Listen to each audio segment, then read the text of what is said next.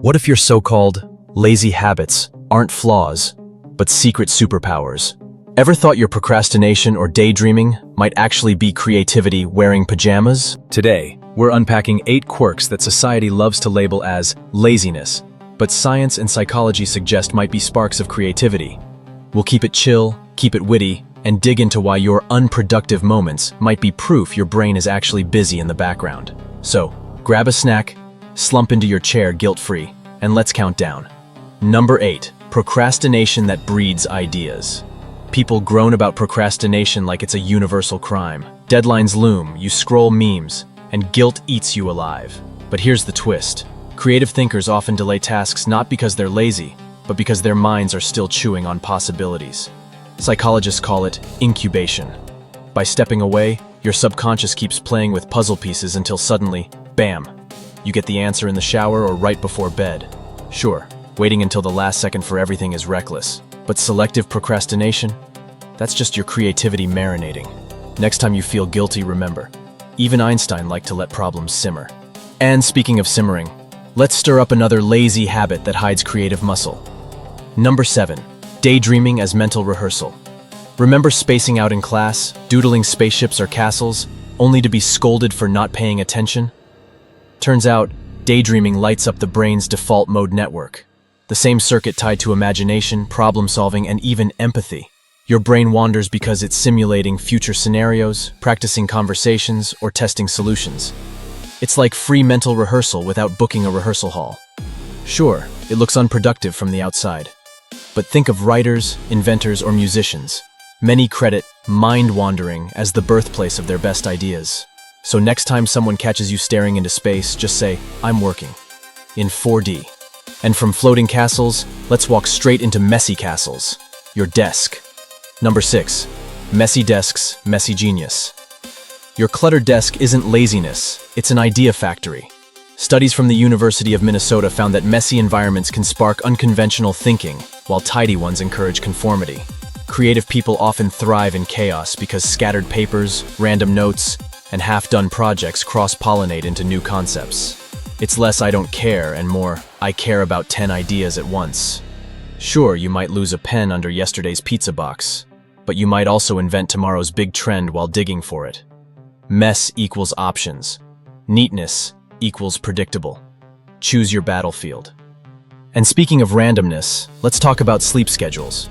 Number 5, odd sleep rhythms fuel creativity.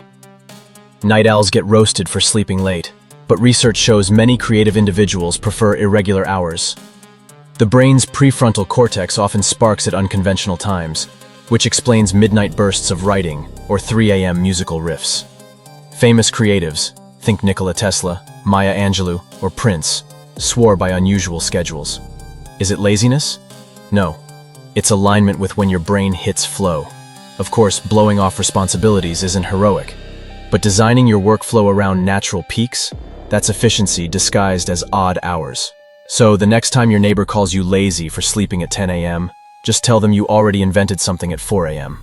While we're on timing, let's rewind to silence. Number 4, loving silence and solitude.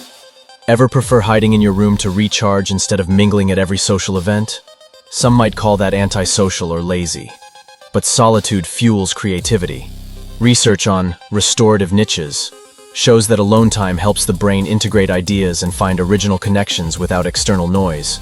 Writers like Virginia Woolf or inventors like Nikola Tesla swore by solitude as their secret sauce.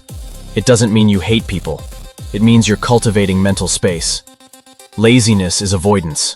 Solitude is investment.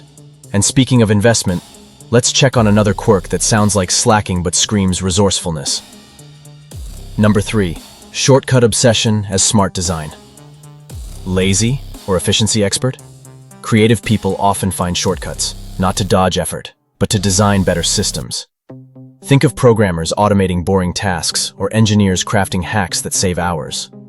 What looks like cutting corners is really cutting waste. Humans innovate because some ancestor thought, why carry water by hand when we can dig canals? Laziness might have built civilization. When you create easier paths, you're not avoiding work, you're redefining it. Of course, not every shortcut is genius. Microwaving soup in a metal bowl is just chaos. But system redesign? That's creativity undercover.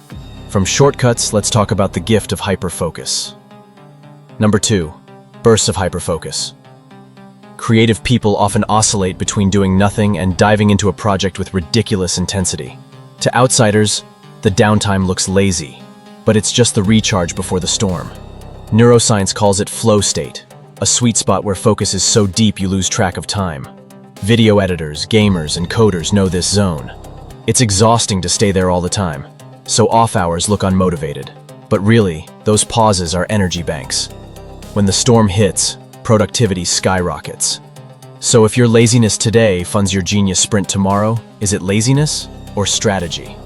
Speaking of strategy, let's land at the final habit: doing nothing. Number 1. Doing nothing creates space.